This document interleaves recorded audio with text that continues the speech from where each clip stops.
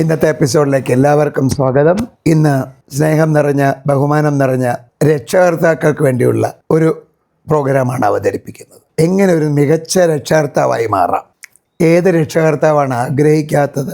എൻ്റെ കുട്ടി ഏറ്റവും മികച്ച കുട്ടിയാവണം, ഒരു നല്ല കുട്ടിയാവണം. അതിന് വേണ്ടത് ഒരുപാട് കാര്യങ്ങളുണ്ട്. നമുക്ക് ഓരോന്നായിട്ട് പറയാം. ഒന്നാമത് വേണ്ടത്, നിങ്ങളുടെ കുട്ടിയിലുള്ള അമിത പ്രതീക്ഷ, അമിത ആഗ്രഹം, അത്യാഗ്രഹം അവസാനിപ്പിക്കുക. നിങ്ങൾ അമിതമായ ആഗ്രഹം വച്ച് പുലർത്തിയാൽ ആ ലെവലിൽ ഒരുപക്ഷെ കുട്ടിക്ക് ആ മണ്ഡലത്തിലെത്താൻ കഴിഞ്ഞില്ലെങ്കിൽ നിങ്ങൾ ആ കുട്ടിയെ വഴക്ക് പറയാൻ തുടങ്ങും. അത് ആ കുട്ടിക്ക് നിങ്ങളോട് ഒരുപക്ഷെ വെറുപ്പ് വരെ വന്നേക്കാം. ഓരോ കുട്ടികൾക്ക് ഓരോ തരം കഴിവുകളാണ്. എല്ലാ കുട്ടികൾക്കും ഡോക്ടർ ആവാൻ കഴിയില്ല, എല്ലാ കുട്ടികൾക്കും എഞ്ചിനീയർ ആവാൻ കഴിയില്ല, എല്ലാ കുട്ടികൾക്കും IAS ആവാൻ കഴിയില്ല, എല്ലാ കുട്ടികൾക്കും ഒരു ബിസിനസ്മാൻ ആവാൻ കഴിയില്ല. ഓരോ കുട്ടികളിലും ഓരോ ടാലൻ്റ് ഉണ്ട്. അതൊക്കെ തിരിച്ചറിയണം. അതിനു മുമ്പ് നിങ്ങൾക്ക് ചില കർത്തവ്യങ്ങളുണ്ട്. ഒന്ന്, കുട്ടികളോട് നല്ല സ്നേഹം പുലർത്തണം. പക്ഷേ അതിരുകവിഞ്ഞ അമിത സ്നേഹം ആവുകയും ചെയ്യരുത്. Too much of anything is good for nothing എന്ന് നിങ്ങൾ കേട്ടിട്ടുണ്ടാവും. സ്നേഹം വേണം, അമിത സ്നേഹം പാടില്ല.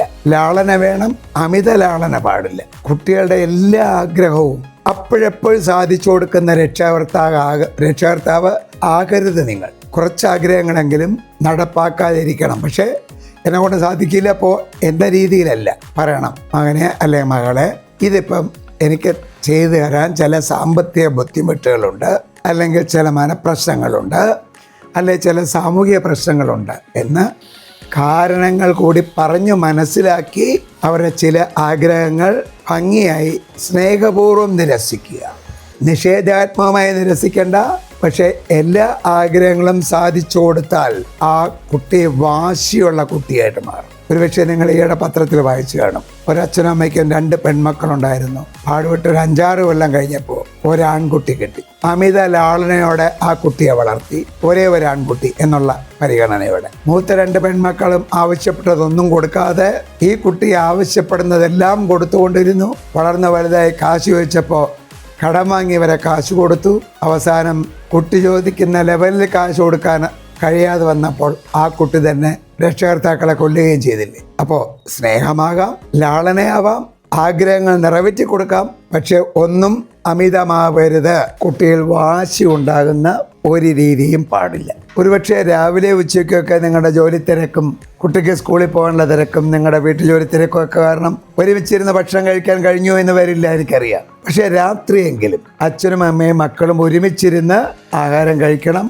ആ സമയം അത്രയും TV ഓഫായിരിക്കണം, മൊബൈൽ ഫോണുകൾ ദൂരത്തേക്ക് മാറ്റി വെച്ചേക്കണം.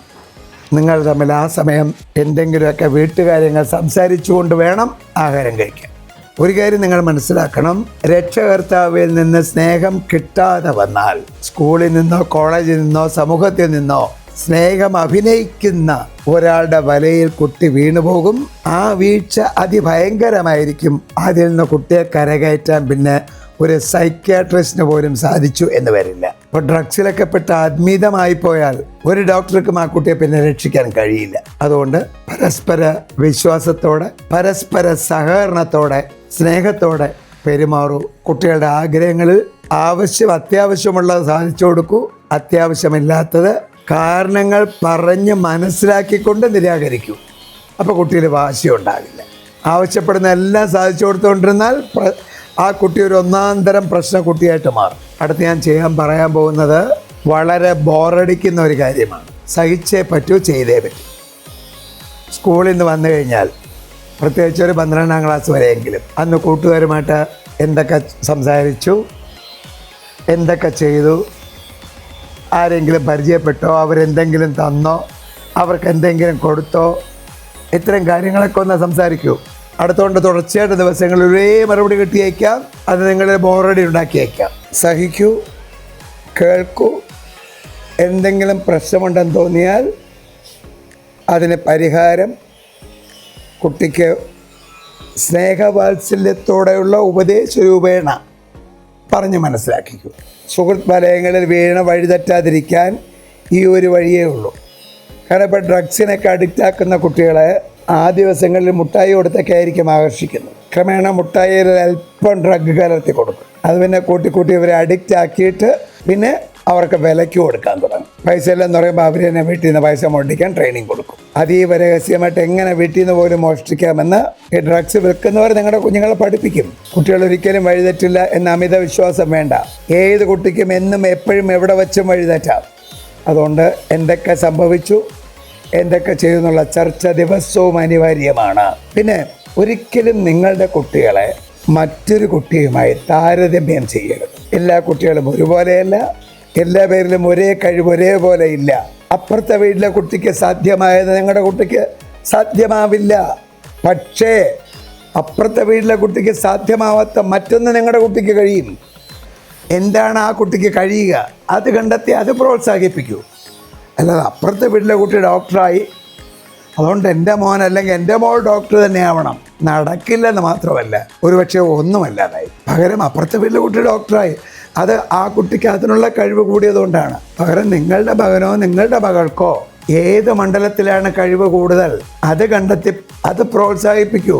ഒരു കാര്യം മനസ്സിലാക്കണേ പ്രിയപ്പെട്ട രക്ഷകർത്താക്കളെ, ഒരു പണിയും മോശമല്ല.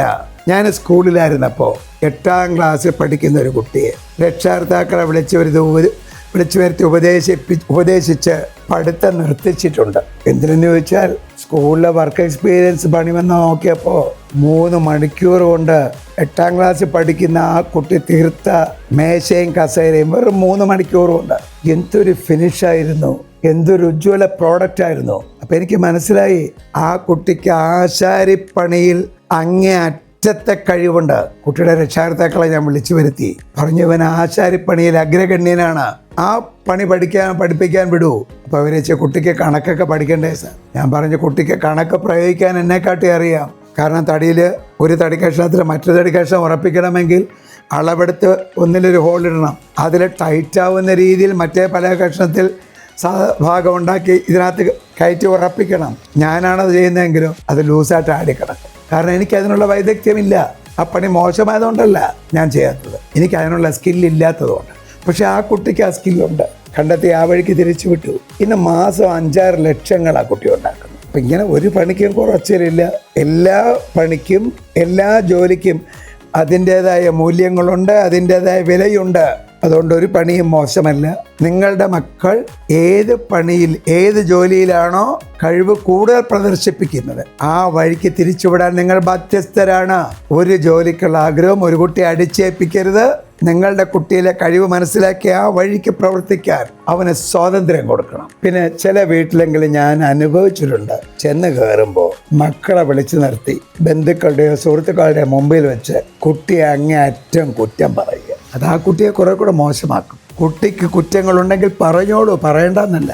എപ്പോൾ എങ്ങനെ പറയണം, അതാണ് പ്രശ്നം. ആ കുട്ടിയെ ഒറ്റയ്ക്ക് നിങ്ങളുടെ മുമ്പിൽ വിളിച്ചു നിർത്തി സ്നേഹത്തോടെ ഉപദേശിച്ച് ആ പ്രശ്നത്തിൽ നിന്ന് മോചിപ്പിക്കൂ. നിങ്ങളുടെ ബന്ധുക്കളോ സുഹൃത്തുക്കളോ വരുമ്പോൾ ആ കുട്ടിയെ വിളിച്ചു വരുത്തൂ, മുമ്പ് നിർത്തൂ, പ്രശംസിക്കൂ. പരമാവധി പ്രശംസിച്ചു വിടൂ. കുട്ടിയെ ഒറ്റയ്ക്ക് നിർത്തി കുറ്റങ്ങൾ പറയും. സ്വഭാവത്തിൽ എന്തെങ്കിലും മാറ്റം പെട്ടെന്ന് വന്നാൽ ആ കുട്ടിയെ നിരീക്ഷിക്കണം. നല്ല വാചകമിടിക്കാരനായിരുന്ന കുട്ടി പെട്ടെന്ന് മൗനിയായാൽ അത് നിരീക്ഷിക്കണം.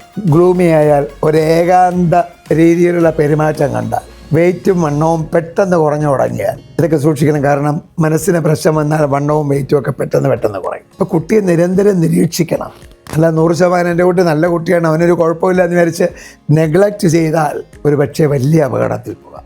പഠിക്കാൻ ആഗ്രഹമില്ലാത്ത കുട്ടി എത്ര സൗകര്യം കിട്ടിയാലും പഠിക്കില്ല. അതിനൊക്കെ മോട്ടിവേഷനാണ് വേണ്ടത്, തല്ലല്ല വേണ്ടത്. അത് ഞാൻ ഈയിടെ ഒരു രസകരമായ ഒരു കമൻറ്റ് വാട്സപ്പിൽ വായിച്ചു. കുട്ടി സ്കൂളിൽ നിന്ന് വന്നു, അച്ഛൻ ചോദിച്ചു, ഇന്ന് പ്രോഗ്രസ് കാർഡ് കിട്ടേണ്ട ദിവസമല്ലേ, കിട്ടിയോ? കുട്ടി പറഞ്ഞ് കിട്ടി. നിനക്ക് എത്രാമത്തെ റാങ്കാ? അത് 2nd റാങ്കാണ്. അച്ഛൻ ദേഷ്യപ്പെട്ടു, എന്തുകൊണ്ട് നിനക്ക് 2nd റാങ്കായി, എന്തുകൊണ്ട് 1st റാങ്ക് വാങ്ങിച്ചില്ല? അപ്പോൾ കുട്ടി പറഞ്ഞു, അച്ഛാ എനിക്കും 1ാം റാങ്ക് കിട്ടിയ കുട്ടിക്കും ഒരേ മാർക്കായിരുന്നു. അച്ഛാ ചോദിച്ചു, പിന്നെ എന്തുകൊണ്ട് നിനക്ക് 2nd റാങ്ക് വന്നു?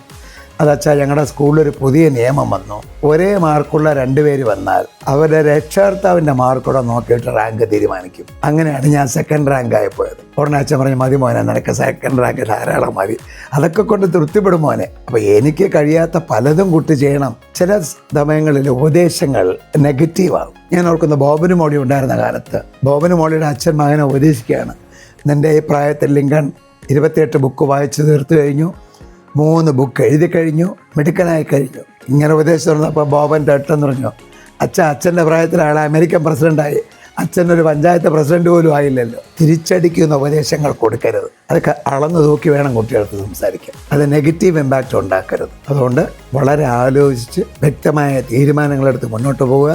കുറ്റപ്പെടുത്തിയും വഴക്ക് പറഞ്ഞും കുട്ടി നന്നാവുന്ന കാലം കഴിഞ്ഞു, ആ കാലം കഴിഞ്ഞു. അതുപോലെ രക്ഷകർത്താക്കൾ നിർബന്ധമായിട്ട് ഇന്നൊരു കാര്യം ചെയ്തേ പറ്റൂ, കുട്ടികളുടെ കർത്തവ്യങ്ങൾ, ഡ്യൂട്ടികൾ പറഞ്ഞ് പഠിപ്പിക്കണം. അത് ഞാൻ ബാലാവകാശ കമ്മീഷനൊക്കെ കുറ്റം പറയും. ഈ ബാലാവകാശ കമ്മീഷനും അതുപോലെ മറ്റു കമ്മീഷനുകളും ഒക്കെ കുട്ടികളുടെ അവകാശങ്ങളെക്കുറിച്ച് ഒരുപാട് പഠിപ്പിച്ചു. ആവശ്യത്തിലധികം ക്രമത്തിലധികം പഠിപ്പിച്ച ഈ കമ്മീഷനുകൾ കുട്ടികളുടെ ഡ്യൂട്ടികളെക്കുറിച്ച് ഒന്നുപോലും പഠിപ്പിച്ചില്ല. അത് ഇന്ന് കുട്ടികളുടെ വഴിതെറ്റലിന് ഒരു പ്രധാന കാരണം അതാണ്. അതുകൊണ്ട് നിങ്ങളെങ്കിലും ഈ കമ്മീഷനുകൾ നിങ്ങളെ കുട്ടികളെ വഴിതെറ്റിപ്പിക്കുന്നതിന് മുമ്പ് കുട്ടികളുടെ കർത്തവ്യങ്ങളെക്കുറിച്ച് പഠിപ്പിച്ച് 100% ബോധവാന്മാരാക്കൂ, ബോധവൽക്കരിക്കൂ. ആ കർത്തവ്യങ്ങളെക്കുറിച്ച് ബോധവൽക്കരിച്ചാൽ തന്നെ അവർ നല്ലവരാകും. കുട്ടികൾക്ക് വായനാശീലം കുറഞ്ഞു എന്ന് തോന്നിയാൽ കുട്ടിക്ക് ഏതെങ്കിലും ഇൻട്രസ്റ്റ് ഉള്ള ഒരു ഫീൽഡെങ്കിലും കാണും വായിക്കാൻ. ആ ഫീൽഡിലെ കാർട്ടൂൺ കഥയായാലും കുഴപ്പമില്ല, വാങ്ങിച്ചു കൊടുക്കും. അത് വായിച്ച് വായനാ കഴിവ് കൂടുമ്പോൾ കാർട്ടൂണിന് വരാൻ സാധാരണ കഥയാണ്. അങ്ങനെ വായനാശീലത്തിലോട്ട് കുട്ടി വഴുതി വീഴട്ടെ, എന്നിട്ട് ആവശ്യമായ മറ്റു ബുക്കുകൾ കൊടുക്കും. അതുപോലെ വീട്ടിൽ സന്ധ്യയ്ക്കും രാത്രിക്ക് വരുന്ന TV-യും കണ്ടുകൊണ്ടിരുന്ന് അല്ലെങ്കിൽ മൊബൈലും തോണ്ടിക്കൊണ്ടിരുന്നിട്ട് മോളെ പോയിരുന്ന പടി എന്ന് പറഞ്ഞാൽ നടക്കില്ല. പിന്നെ അച്ഛനും അമ്മയും കുഞ്ഞിൻ്റെ ശല്യം കുറയ്ക്കാൻ വേണ്ടി 1 വയസ്സാകുന്നതിന് മുമ്പ് മൊബൈൽ ഫോൺ എടുത്ത് കൈ കൊടുക്കും കളിക്കാൻ. എന്നിട്ടൊരു 10 വയസ്സാകുമ്പോൾ പറയും, എൻ്റെ മോൻ മൊബൈൽ അഡിക്റ്റാണ്. മൊബൈൽ അഡിക്റ്റ് ആയതാണോ മൊബൈൽ അഡിക്റ്റ് ആക്കിയതാണോ? കുഞ്ഞിനറിയായിരുന്നോ മൊബൈൽ ഉപയോഗിക്കാൻ? അങ്ങനെ കൊടുത്ത് കുഞ്ഞ് നിങ്ങൾക്ക് വരുന്ന ശല്യം ഒഴിവാക്കാൻ വേണ്ടി കൊടുത്തിട്ട് പറയും, എൻ്റെ കുട്ടി മൊബൈൽ അഡിക്റ്റ്. നിങ്ങളല്ലേ ആ കുട്ടിയെ മൊബൈൽ അഡിക്റ്റ് ആക്കിയത്? കുഞ്ഞുനാളിൽ ഒരു 5 വയസ്സ് വരെയെങ്കിലും മൊബൈൽ കൊടുക്കാതെ കാണിക്കാതിരിക്കൂ. പഠിക്കാൻ തുടങ്ങുമ്പോൾ മതി മൊബൈൽ. അതും അത്യാവശ്യം പഠന ആവശ്യത്തിനും ഫോൺ ചെയ്യാനും മാത്രം. ഫോൺ ചെയ്യുന്നതും പഠിക്കാൻ ഉപയോഗിക്കുന്നതും നിങ്ങളുടെ പ്രസൻസിൽ മാത്രം. ഇങ്ങനെയൊക്കെ ചെയ്ത് കുട്ടികളെ നന്നാക്കൂ. ഇങ്ങനെ നല്ല മാർഗദർശികളാകൂ. അങ്ങനെയെങ്കിൽ നിങ്ങളൊരു നല്ല മികച്ച രക്ഷകർത്താവും. നിങ്ങൾ മികച്ചവരായാൽ നിങ്ങളുടെ കുട്ടികൾ മികച്ചവരാകും. നിങ്ങൾ മോശം രക്ഷകർത്താവായാൽ, നിങ്ങൾ മദ്യപിക്കുകയോ ഡ്രഗോ കഴിക്കുന്ന ശീലമുണ്ടായാൽ നിങ്ങളുടെ കുട്ടികൾ അതിനേക്കാൾ മോശമാവും. രക്ഷകർത്താവ് വെയിൽ ചാടിയാൽ കുട്ടി മതിൽ ചാടും. അതോർക്കൂ. കുട്ടികളുടെ നന്മയ്ക്കായി പെരുമാറൂ. കാര്യങ്ങൾ കണ്ടും കേട്ടും മനസ്സിലാക്കി നന്നായിട്ട് ഗ്രഹിച്ച് പ്രവർത്തിക്കൂ. All the best.